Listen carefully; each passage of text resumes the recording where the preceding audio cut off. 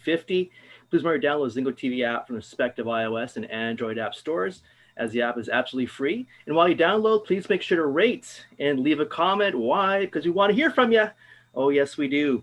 And Zingo TV is also available on Google Chromecast, Amazon Fire, and Fire TV sticks. Roku and Roku sticks also available on all smart TVs from 2016 forward. So welcome, folks, to the show. Welcome to Club Tracks. And first of all, let's introduce our cool co-host. Of course, he is a lead singer and guitarist of the cool classic rock band, The Handful out of New York City. Please welcome Mr. Mark, cool dude, Duda. Welcome, Thank Mark. you, How you brother. doing? My pleasure as always, man. I'm well, thank you. Life is good. Can't complain. Very good. How's New York right now, man? It's wet and it's cold. You know what happens here is, and I'm sure you can relate, especially in a city, the snow falls, it turns black, and it's there until spring. So we're kind of just, the doing black the best snow we can thing right now, eh? Yeah. Yeah, I hear you. Yeah, we got a bit of a snowstorm a couple days ago, and now we're kind of coming out of it now. So yeah, we made it. We made it here to Sunday. Woohoo! That's it, man. We got away with it the last couple of years. Things have been pretty mellow, and whatever, man. It all works itself out in the end. Yeah, exactly. Well, let's introduce tonight's cool guest, shall we? So she's the alternative pop artist from the beautiful city of Guelph, Ontario. We'll be actually talking about her hot new single, I Love You Too Much. Of course, much, much more. Please welcome Mikalyn. Welcome. Hi, thank you so much for having me. Well, of course, thank you for coming on the show tonight. This is a real pleasure for us as well. I'm so excited. So you're originally from Guelph, Ontario, is that correct? Yeah. I was born in Thunder Bay, Ontario, which is up north. I know Thunder Bay very well. I moved to Guelph when I was pretty young, so I was kind of raised there for many years, and now I'm in London for school. Oh, very good. What school are you going to in London? I go to Western University. Good old Western. Yeah, it's a great school. Very good. And we take it Western, out of curiosity. I'm taking Popular Music Studies, which is a newer music course. Yeah. But I found it kind of fit what I want to do more. And so I'm in my first year now, and I'm really liking it. Oh, very good. Very good. Well, that's good to hear. So I'm going to go back to way back in the beginning for you. Who were your earliest musical influences for you growing up? Oh, 100%. This artist who went by Marina and the Diamonds. Now she just goes by Marina. She was probably my biggest musical influence, especially when I started writing songs. I learned quite a bit from her style, especially on piano. And some other big influences would probably be Coldplay. Oh, yeah. I heard a lot of Coldplay songs when I was learning to play and sing. So those would probably be my top two if I had to pick my main musical influences when I really started writing. Yeah, gotcha. The Coldplay is a good choice there too. Mm-hmm. Very good choice. So you more piano based when you're writing songs, or you guitar based? How's it work for you? Yeah, I just picked up a guitar, I think last year, maybe the year before. So before that, I had never kind of played guitar, but I started playing piano when I was 5. So I was pretty well versed on that for writing songs, and I started writing songs on the piano when I was 7 or 8. So I was pretty young when I started doing that. The songs were so dumb. They were called Lollipop Land. Songs about nothing, but they were songs nonetheless. And then when I started guitar lessons, it was with James Linderman, who is an amazing songwriter.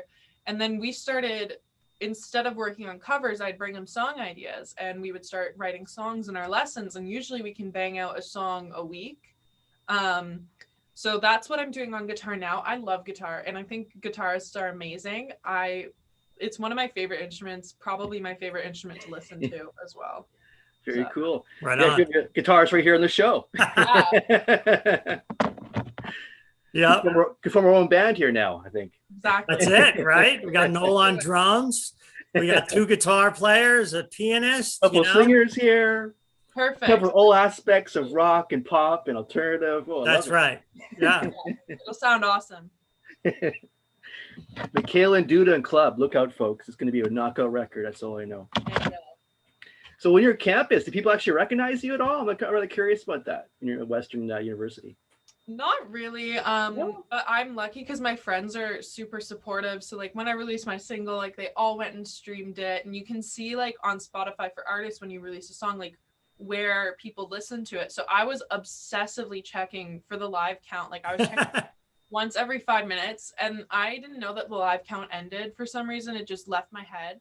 And so I got used to like having Spotify for artists as like my top app suggestion. I was checking every 5 minutes, and then it stopped, and I was like, oh my God, what is going on? But in the Spotify for artists thing, you can see like where people are streaming from, like the direct cities and stuff.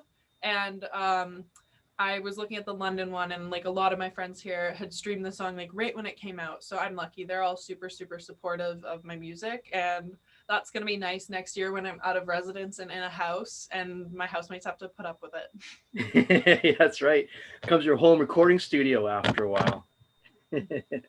Well, hey, over to Mark Cool Dude Duda for his question. Yeah. So listen, I've when you write, you mentioned that you write with your guitar teacher. Do you write a lot by yourself?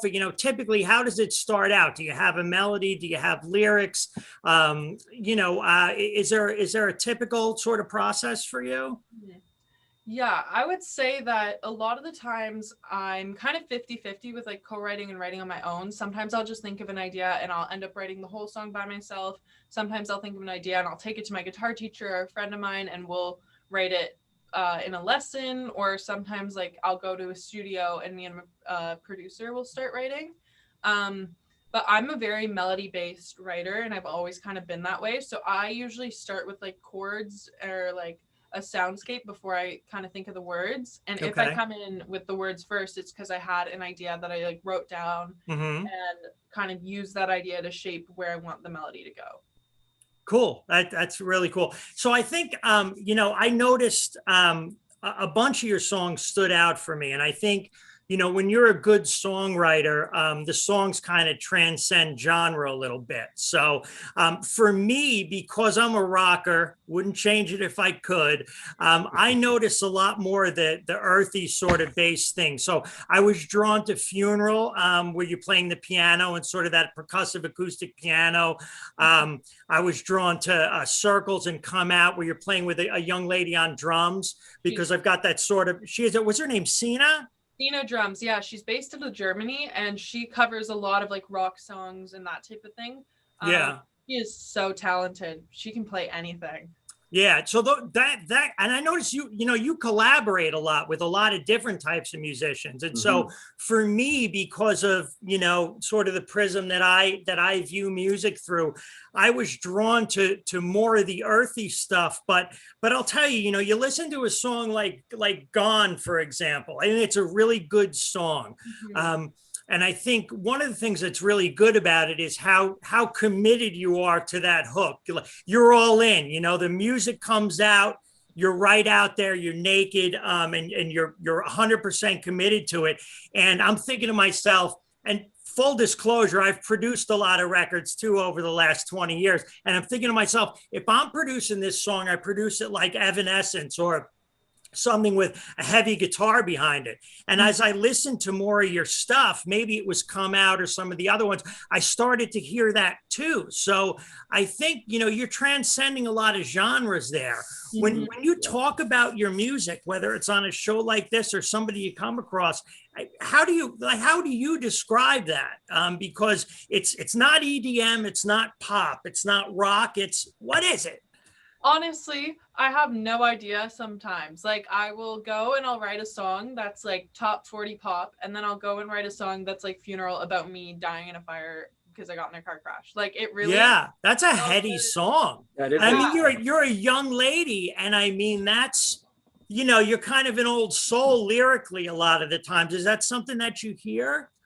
Yeah, I do hear that a lot. And like that song, I wrote it with my guitar teacher, and he was actually very instrumental in getting me to write songs about things that like I wasn't sure how to approach really. Like that song came out of a story about how when I did Girl Scouts when I was 5, we learned about fire and firefighting, and from that point forward I had it in my head that like I don't know when I'm gonna die, but I will die in a fire. Like that's just how I'm gonna go. And that is how the song actually was birthed, because I was telling him about that story. And so I feel like it really depends on if I'm writing on my own, if I'm co-writing, or like the track. It depends on kind of like the outcome of the song, but I also think the fact that I started writing when I was pretty young and co-writing when I was pretty young allowed for a lot of outside influence to kind of come into my writing, and it helped me learn quite a bit. And I guess now in my later years, I'm trying to figure out what branding and what genre I really want to focus all in on. And I feel like this year, with a lot of the unreleased stuff, I finally figured that out. But I do love writing songs of all genres. It's so interesting because every genre has a different approach. Yeah. Well, and like I said, I think a really good song sort of transcends that. Like, you know, Gone, again, you could produce that as a heavy song. You could produce it the way it is. You could sit there with a piano and play it. I think Funeral is the same thing, but it's certainly it's a heady topic. It's a face melter. And so you talk about the way your songwriting is progressing and sort of zeroing in more on a genre. Is that something you can expand on a little bit in terms of what we can expect going forward from you? Yeah, so I have quite a bit of unreleased music that I was waiting till I was kind of finished with the EDM stuff that I was doing a lot of to kind of dive into that. And I loved doing the EDM. It was fun, but I didn't find myself like listening to those songs that I put out after they were put out really, like, because right. it wasn't my I get style. that. Yeah. Yeah, so I kind of started zeroing in on trying to find. I listened to so much like indie music, indie pop, alternative music, and that's what I find myself gravitating to the most, with like some R&B influences. So I guess that it's kind of a melting pot, some of the stuff that I'm about to put out, I guess. And I work with a producer who is actually one of my best friends, and producer first, best friend second. Like, we became friends after I had top lined one of his songs. And we've kind of developed a sound and a brand, and I guess I'm just kind of waiting to put that out. And my single that I put out must have been last week now, February 12th. Yeah, the one that I just put out was kind of the first stepping stone into that direction. Okay, really cool. So Noel, do you want to expand on that? Yeah. Actually, I wish I would. Actually, I ask you first of all was going back to the song "I Love You Too Much." Is there a story behind that song? I was kind of wondering about that one.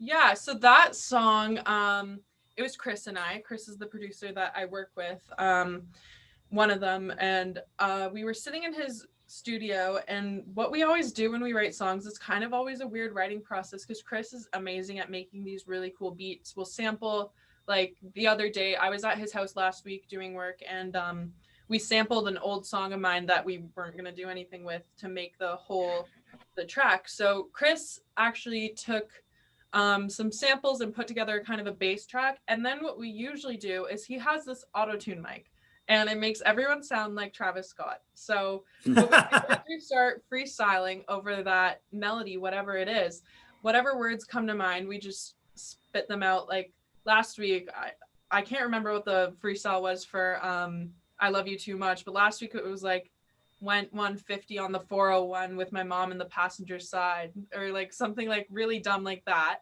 And then if you freestyle enough, a lot of the times we come to like one line that we're like, wait, we could build something off of that. So right. I Love You Too Much was kind of born on a day where we didn't know what to write over the song. Neither of us had come to the right with any ideas, but we started freestyling over it. And I think I Love You Too Much, which is the title of the song, was the first thing that came. And then we kind of built the story around that. Gotcha. Yeah, you referred to Chris Cray, right? As it was your collaborating partner. So when did you actually meet Chris? Chris, in that case, when did you actually meet him? Yeah, I met him.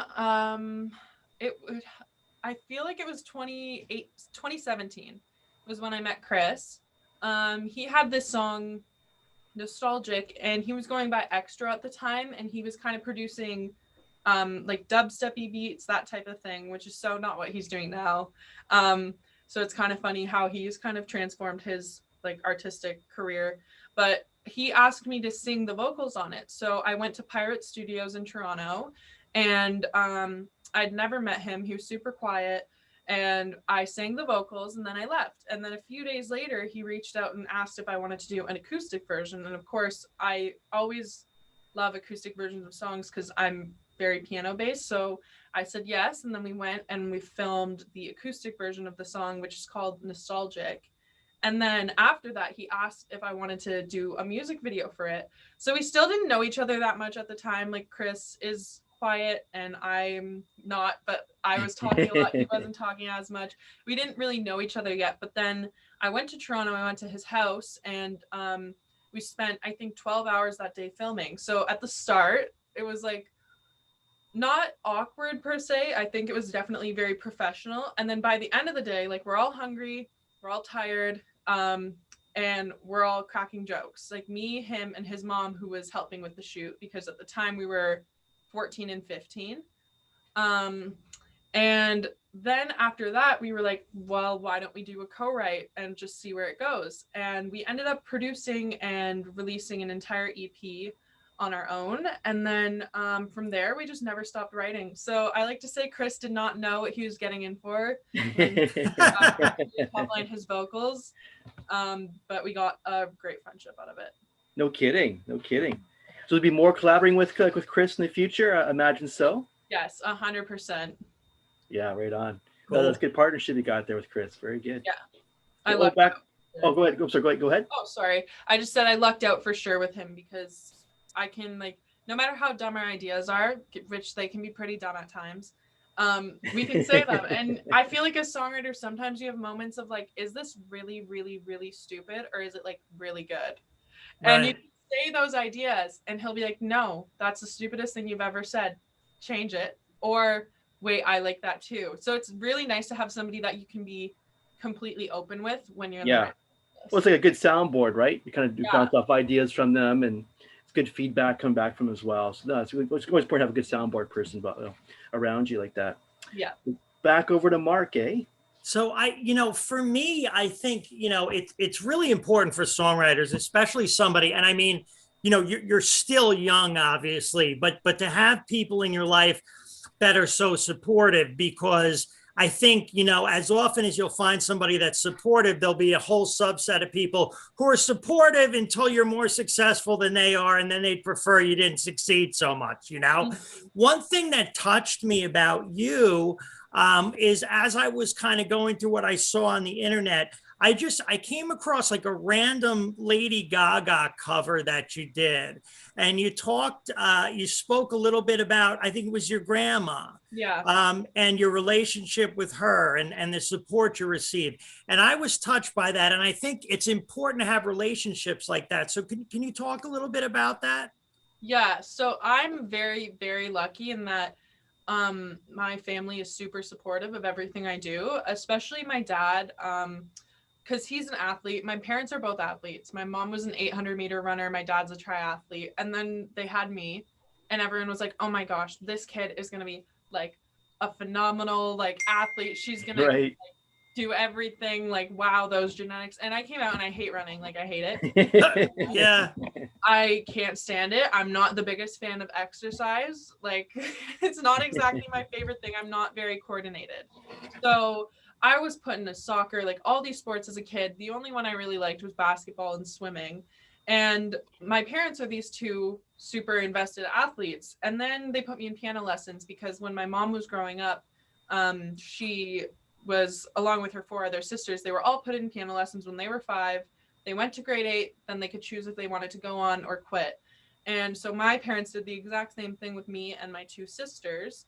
And I really liked piano, and I also really liked singing. And my dad saw that I took like a special interest in this at a young age, so he allowed me to do vocal lessons. And from that point forward, I also always loved reading and writing. And so I'd write these songs and I'd sing them to him. And then he started with a BlackBerry playbook, I still remember it, and this like Kodak like waterproof crappy camera. He would videotape them, and I'd look back and watch them. And then he kept doing that. And then he signed me up for the Songwriters Association of Canada, which was where I started collaborating. And of course, like I'm like 9 and 10, like I don't really know how to do all of this stuff online. So he's helping me with all my accounts, keeping all the details organized. He filmed my music video for like the song that I did when I was like 10 and like put it together. Drove me to all my gigs. I think he's probably only missed like 1, and I've done hundreds at this point, 1 or 2. And the second one that he missed, he showed up halfway through. So I have very, very supportive parents who, like, when I was like, you know what, I want to do music, like I want this to be my career, they're like, okay, if you're all in, then we're all in. So my dad kind of acts as a manager for me. He's great. I definitely wouldn't be able to do what I do without him. And then I'm lucky in that, like, my best friend Jill from home has been to all of my local gigs, no matter how interesting they are. Like, they can be the most boring thing in the world, and she's there. She came to one of my gigs she had played a rugby game earlier in the day, got her head stomped on by a cleat, showed up to my gig, had a concussion, nobody knew, went to the bathroom. I was like, she's been gone for a while. I walked in the bathroom, she's asleep on the floor. Like, she did not miss a gig. And my grandparents as well. My grandma's especially, just because they're more tech savvy than my grandpa's, but they were very, very supportive of all of my music stuff. I mean, they don't really know how to work Facebook, but they'd figure it out to watch every single Facebook Live I did. And my grandma Hay especially, she watched everything, knew the words to all my songs. When I was in Sudbury, which is where she's from, she would organize a house concert with all of her friends and bake all the food.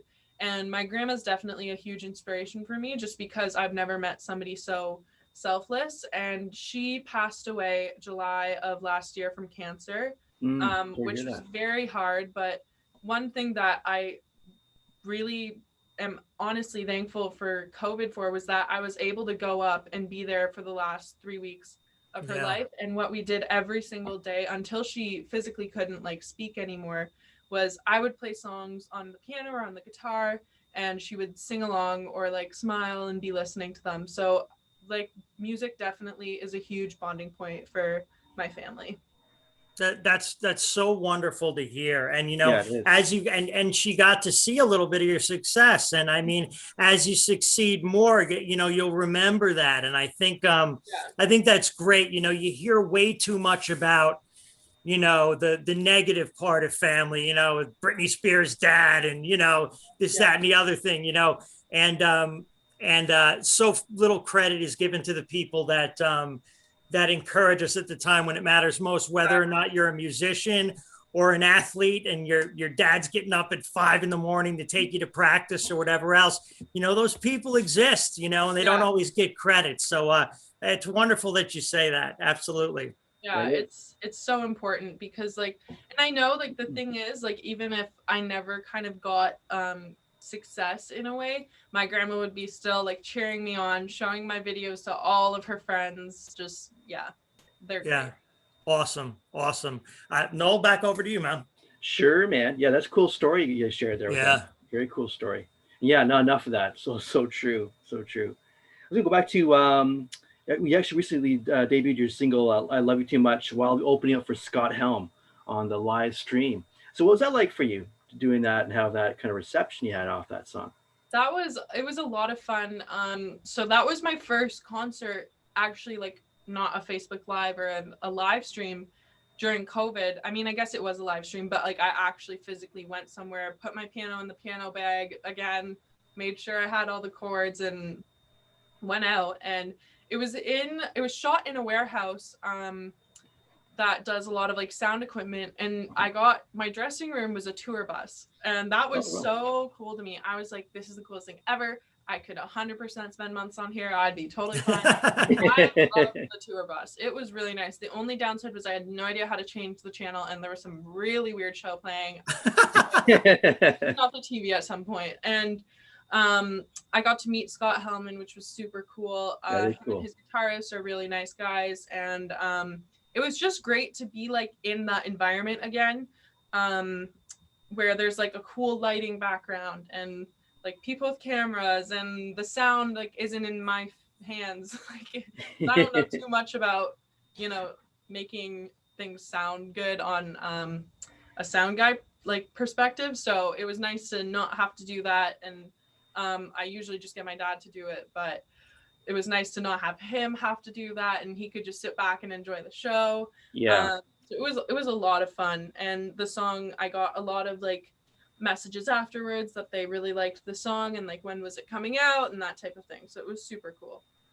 Yeah, no kidding. I mean, even your streams, like, for you've hit, like, already 2.5 million streams for that song. Isn't that's just really incredible? Yeah, no, that song, yeah, that one was my latest release, and then like all of the EDM stuff has kind of got the Spotify algorithm waking up a little bit, so that's been nice. Watching how that song is doing. No kidding. You get playlisted a lot. I know that's important. Yeah, well put, Mark. Oh my gosh, yeah. It's been an interesting, I guess. I was just talking to Chris, my co-writer, the other day about this. Well, I guess today. Time is going really weird right now, but we were like, this has been a really weird release because with my EDM stuff, a lot of it was getting playlisted, which, as you said, is really important, especially on the Spotify editorial playlists. So then we were hoping that since this was the first single that wasn't an EDM one, and that like I was kind of going in on a high note, that I would get playlisted with one of the Spotify editorial ones with this release, and then I didn't. But other people started adding the song to their playlist. So I was sitting at dinner and I was like looking at the Spotify count, because as I said with the live count, I'm checking obsessively every 5 minutes to be like, one more person listen, yes, because every stream does count. And I was sitting at the table, and then my mom has a strict no phones at the dinner table policy, so I put it away. Good. And then and then at the end of dinner, I took it back out, and I looked, and the song had gone up 100 plays over the span of dinner, and I was like, "What is going on? Like, very cool. That's weird. Like, why is this happening?" And then, sure enough, I checked the playlists, and a couple of people had added it to their playlist. It accidentally got added onto a big EDM playlist. They took it down today, but it was accidentally on there for like a week.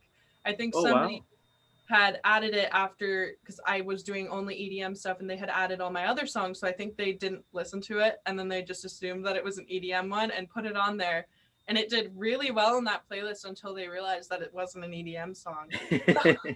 But again, that's a sign of a good songwriter. No kidding, that you can transcend genres like that, and I think that's great. Absolutely. Thank you. Yeah, so it's been interesting watching the playlists, and I like being able to read the names of the playlists that it's added to, like people's personal playlists. Like it'll be like my going out playlist. I'm like, good for you. I'm jealous. Yeah.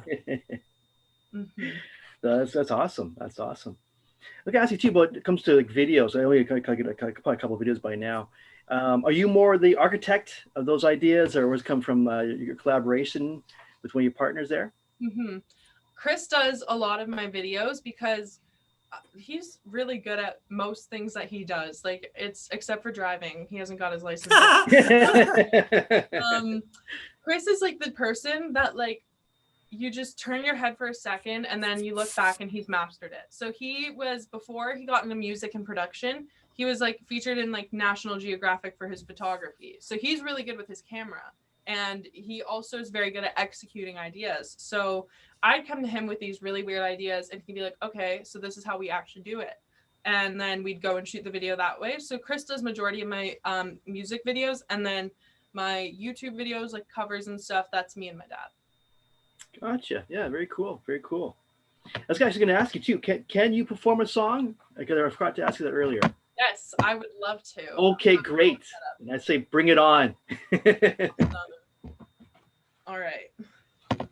This is my first time with like my setup in my dorm, so that's going to be interesting. Yeah, but we're with you all the way. Don't worry. And bangs on the door. That would be nice. You're too loud. Take it down a notch. Studying. Yeah, get back to your studying. Come on. Yeah. All right. So this one that I'm going to play is called Blame. And Chris and I wrote it. It was our last co-write. So I'm hoping that this will be the next single. Ooh, very good. Not many people have heard it yet. I just did it once on a live stream. It's a debut here on the show. Very good. Very cool. So I'm debuting it here. And it's called Blame.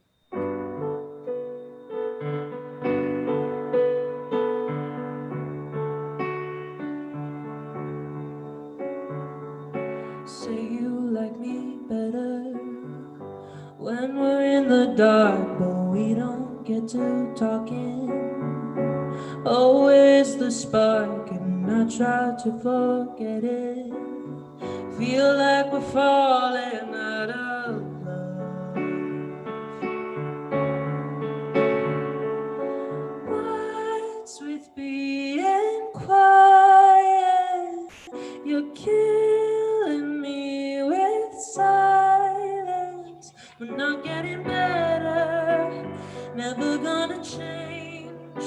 Said you would be different this time, but you're staying the same.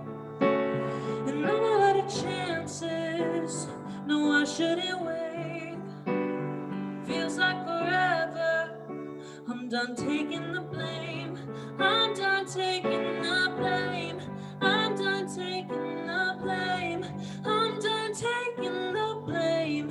I'm done taking the blame. I've been in the shadows, don't know where we stand, 'cause every time I reach out, you push away my hand. You know how much I love you, so I have to let it end. Fights with being quiet, you're killing me with silence. We're not getting better, never gonna change. Said you would be different this time, but you're staying the same. And I'm out of chances, no I shouldn't wait. Feels like forever, I'm done taking the blame. I'm done taking the blame. I'm done taking the blame. I'm done taking the blame. I'm done taking the blame. I'm running lights, tried so hard to keep your mind. All the darkness in my mind. Where to go when the dark these promises mean nothing. I'm not up for discussion, and we keep dancing on the edge. Yeah, this don't feel like loving. What's with being quiet? You're killing me with silence. We're not getting better, never gonna change. Said you would be different this time, but you're staying the same. And I'm all out of chances, no I shouldn't wait. Feels like forever, I'm done taking the blame. I'm done, done, done, done. I'm done taking the. So that was the night. Wow, that's very good. Front of your room there. Oh my God. Terrific. Very impressive.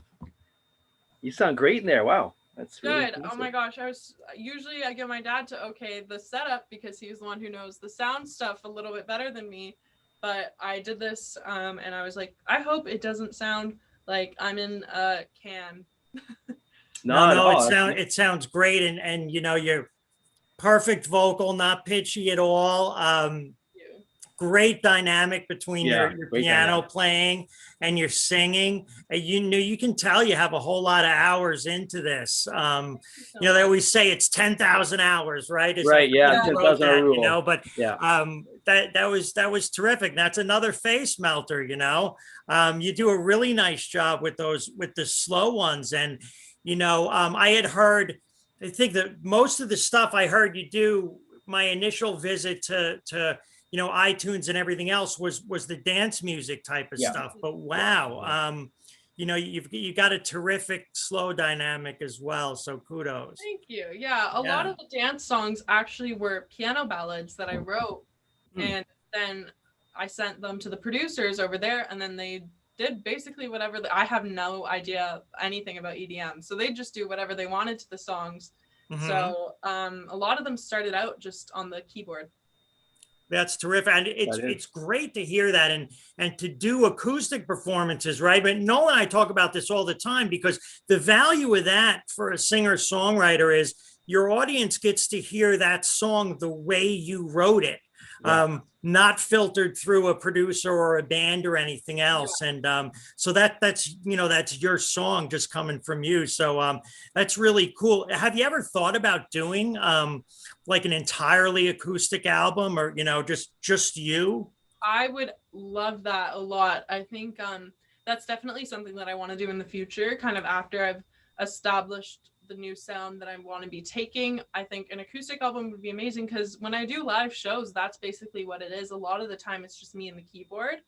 And a lot of the time, that's really well received. So I think showing people that side who can't necessarily go to my live concerts, just because a lot of the people that listen to my music are spread out all around the world, I think it would be really cool to show them that this is kind of where it all starts. Yeah, well, it's a good thing about technology is it sort of shrinks the world so fans have access to you. Yeah. But I also think, particularly with some of the, the emotional vibe that you put out, you would definitely be a good person to see live. Have you thought about, coming to the US? And obviously I'm partial to that because this is where I'm at, but there's a lot of singer-songwriter type stuff going on in New York now. How about that? I would love to. I think that's definitely like a dream for me that I really want to work towards making a reality. I mean, I've been to a lot of the bigger music cities in the US.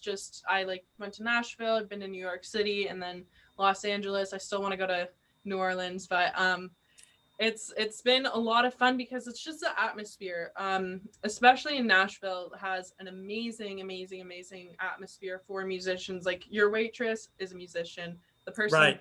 stage is a musician. Like everyone there is a musician, all working towards a common goal. So I would love to go down to the US, especially because I have quite a big chunk of my audience is there. So I think it'd be a lot of fun.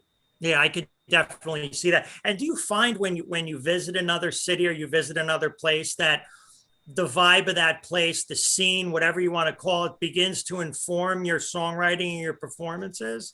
Yeah, I think Nashville especially I went to so many songwriters rounds and open mics and that type of thing when I was in Nashville, and learning from the people that have been doing it for a lot longer than me and watching how they perform, I definitely picked up on that and the things that I loved about their performances. When I was in New York, it was just the entire atmosphere. I mean, I went with my choir, so I was on a pretty strict itinerary. But the only place we performed there was a church. So yeah, it's a pretty electric place though, I loved it. I say I always think about how I went to New York for 4 days and my skin cleared up. It's the best place. Right on. That's really cool. And listen, I mean, you've got a full career ahead of you. So it's not just dreaming a lot of this. You have the talent and the time to make it happen. So that's really cool. Now, a lot of what I heard from you now, of course, there's a little, and this happens when you, there's a lot of your music, can be found with your first and your last name. And some of it is just under your first name. And when you go to iTunes, it gets confusing. You know what I mean? So what I saw first from you were a lot of the dance music, a lot of the that type of stuff, and there's a ton of collaborations. And then obviously the collaboration that I saw with that fabulous drummer. Are there sort of obviously you like collaborating, or you wouldn't do it so much? Are there collaborations that you have on the horizon, or that are kind of in your sights that you'd want to do? Do you have a wish list? What's going on with that? Yeah, so one of the collaborations that I feel like is definitely on the horizon is another one with Sina. I do quite a few covers with her, but she's a great bass player too. Yeah, no kidding. I'm sorry to interrupt. She's a great bass player too. She's a whole rhythm section. Yeah, she's so talented. So I hope that I'm going to be doing some more stuff with her in the upcoming future. And then, of course, always collaborations with producers that I've been working with. Ian Smith and Murray Daigle are two big ones that I've worked with quite often. And I think Ian and I have a song that I really, really want to release. So that will hopefully be coming out soon. With COVID, it's been a little bit difficult to collaborate in my own city, but it's been a lot easier to collaborate with people around the world. And the producers that you work with, how did those relationships come about? How did you meet those guys? A lot of the times it's referrals. People will be like, oh, I really liked working with this person. So then you reach out.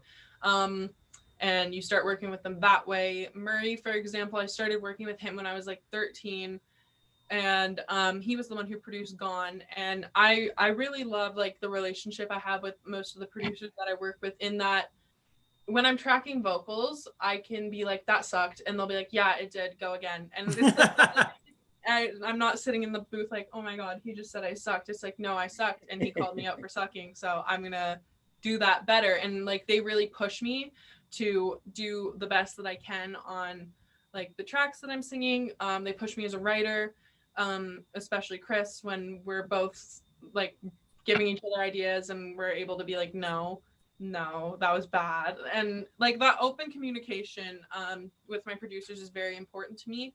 So I feel like a lot of the times the way I meet people is through friends in the industry who they've worked with, and that type of thing. Is there anybody, and I'm just asking this because I'm a rocker and I can't help it, anybody in the rock genre that that you'd be interested in working with, or that you have worked with? I think Cena is probably the main person in the rock genre, and then there's this band based out of Ontario that I opened for once, and then we covered a few songs together, and It was so funny because they're like rock metal and I'm piano, like, and at the time, but right, it works. Songwriter. It works. It was the band was called Focus, and I've heard of them actually. Yeah, they're based out of Southern Ontario, and it's a connect because it's one of my dad's like my dad's cousins in the band, but then a lot of his friends are like in Guelph. So I remember going over and we covered, I'm trying to remember the two songs that I did with them. We covered Smells Like Teen Spirit, which was so fun. And then I think they actually accompanied me on a few of my songs, which was so fun. I loved it just because I don't listen to rock often, but right now the only song that I've been listening to on Spotify, besides I Love You Too Much, because I'm always checking it to see where it's at, has been Rebel Yell. That's all I'm listening to by Billy Idol. Yeah. It's just on loop. And classic song right there. Well, you see him collaborating with Miley Cyrus now. I mean, there's good music is universal, you know, and like I was trying to tell you earlier, how I hear, you know, Gone with like an Evanescence type of production. Good songs will allow for that. So I just had to ask. That's just a me question. You probably won't get that a lot, but I would definitely encourage it, because as a songwriter, it's really liberating, and I find it really lights an extra fire under you to hear what other people hear in your songs, you know, because it's your song, but other folks won't hear exactly what you hear, you know. And I love that. Yeah, I love that about musicians is they have an ear for so many different things, and it's just so cool to see. You jamming with people at college, or you don't have time for that? It's more studying.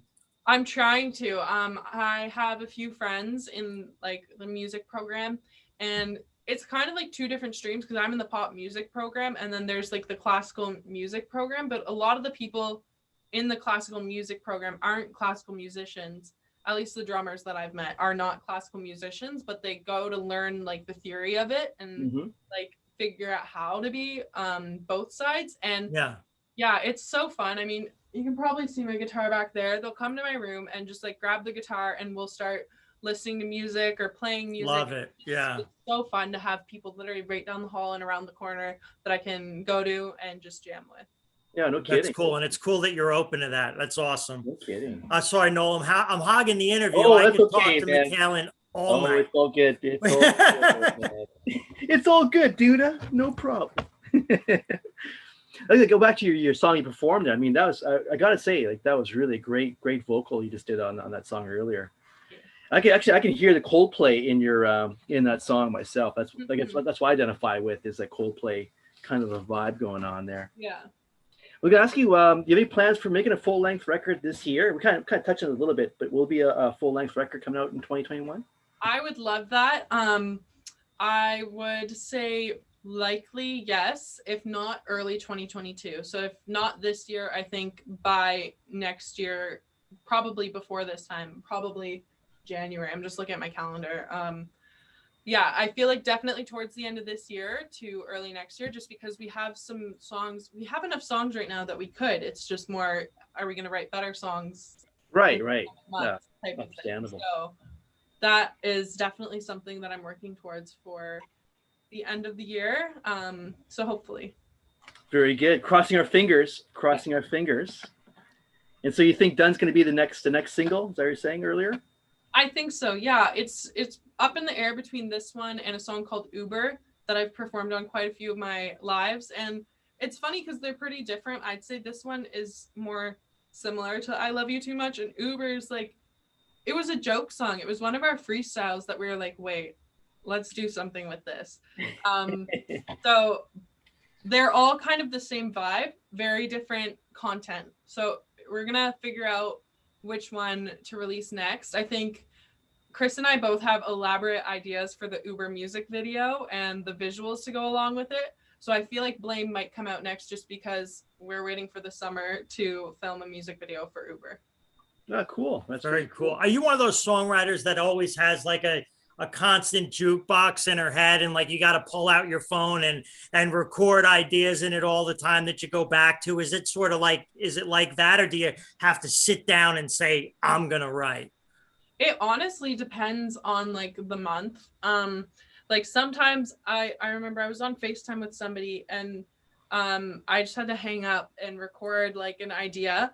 Yeah. But a lot of the time it's like I sit down and I'll be like, okay, time to write a song. It's been like a few days, keep at it. And then I'll start with like chords and then go from there. But if I like get an idea in a random place, I'll write it down and hope that I remember the melody, because for me, the melody is the most important piece. So if I forget the melody, then I'm like, oh, great. Right. But if I can remember the melody, then there's a high chance I'll be able to do something with it. Cool. Yeah, that's cool. That's cool. Very cool. I was going to ask you myself, is there any artists out there you've met the past couple of years? I was like, yeah, I want to meet that person. And there they were. You met them. Anyone out there you admire in their music field besides Mark Duda? Yeah, there's been quite a few actually. I got to meet Lennon Stella, who's a huge musical influence of mine. Some Canadian artists like Tyler Shaw, I got to perform with. He is so nice. I did see that actually. Yeah. Yeah, and Virginia to Vegas, and then at the SoCan Awards, I got to meet. I accidentally met Josh Ramsey, the lead singer of Mariana's Trench, because he mistaken me for someone else. Oh, really? Like, serendipity. Along with it, because I went up to him about to be like, hi, like I'm a huge fan, and I think I said that. I think I said something along those lines, and I think he thought that I was one of the people like backstage who was like helping run the thing. So I guess I have like a doppelganger out there. I don't know. And he was like, oh yeah, I was just looking for you. Like, and he was with, I think, his girlfriend, and they were like, oh, like a bunch of us are going out after the awards. Like, here, give us your number. We'll text you the details and like we can all go. And I'm like, awesome. Yeah, here's my phone. like I gave him all the information. He never texted. So I think he probably ran into the actual person he was thinking of backstage and was like, wait, what? So I did meet him. Super nice. And I have to say the most, like, everyone's been so great. I haven't had any bad experiences meeting anybody who's like a musician, but Chad Kroeger from Nickelback. Oh, Chad, cool. Funniest person I've ever encountered in my entire life. It's hilarious. Yeah, actually, those are the cool guys. I met them a long time ago. They are very cool guys. They're so cool. Very down to earth too, which is really a breath of fresh air. Gotta say. Yeah, it was at the SoCan Awards, and Chad got an award. And they had like a teleprompter at the back, and he went up there and was like, I'm supposed to read this from the teleprompter, but I will not be doing that. And he just like threw the script away and just he was great. That's so rock and roll, isn't it? I like that. No doubt. Yeah, he was awesome. So we're almost out of time here, actually. So I can ask you, is there a message like leave your fans with here on the show while you're on? Well, first of all, thank you so much for having me on. It's been a lot of fun. I haven't done like a sit down interview like this, even though it's through Zoom. It feels like you guys are actually in the room. So I haven't done one of those in a while, and it's been a lot of fun. But just wanted to say thank you to everybody who has streamed I Love You Too Much. It makes the biggest difference. I don't think people understand how much one stream can like impact you. It means a lot to me. And thank you so much for all of your continued support to everybody who is listening. Right on. Well, we support you as well. We love your material. Yeah, And been that's great not, meeting again, you and talking to you. Let us know how you're doing. Yeah. You know, we're absolutely behind you. Thank Right you so on. much. This has been so much fun. Well, right on. This has been fun for us too. Well, that's great. Excellent, excellent. And where can people check out you on social media? Is there certain sites they can check it out, check more on you? Yeah, all of my social medias are under Mikalyn Music. My name's a little weird. It's spelled Mikalyn and then just music. I have Facebook, Instagram, Twitter, YouTube, all of them. So you can check me out there. And then my website is www.mikalynmusic.com. Excellent, excellent. Well, again, Mikalyn, thanks for coming on, eh? Thank you. Real pleasure. It was a lot of fun for us too. And of course, thanks to Mr. Mark Cool Dude Duda. My Always pleasure. a pleasure with him every week. You gotta say. Thank you so much, you guys. Yeah, right on. Thank you very much. So please check out Spanish Sports World Network and Zingo TV for all the news. Watch it, hear it, read it, download it, live it. And thank you, everyone. Thanks, Mikalyn. Thanks, Mark. See you soon, guys. Thank you.